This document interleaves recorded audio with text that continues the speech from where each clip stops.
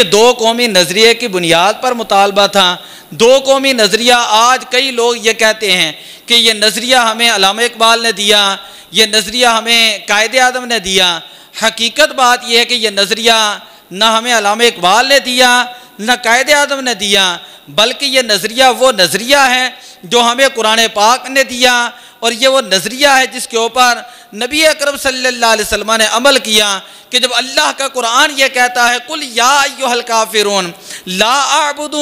مَا تَعْبُدُونَ، کہ پیارے حبیب صلی اللہ علیہ وسلم آپ ان کافروں کو کہہ دیں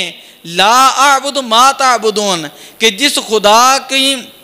تم عبادت کرتے ہو، جن بتوں کو تم مانتے ہو، ان کی میں عبادت نہیں کرنے والا۔ یہ ایک نظریہ، ولا انتم عابدون ما اعبد، اور نہ ہی تم اس خدا کو ماننے والے ہوں کہ جس کی میں عبادت کرتا ہوں۔ تو یہ دو نظریے تھا، یہ دو نظریہ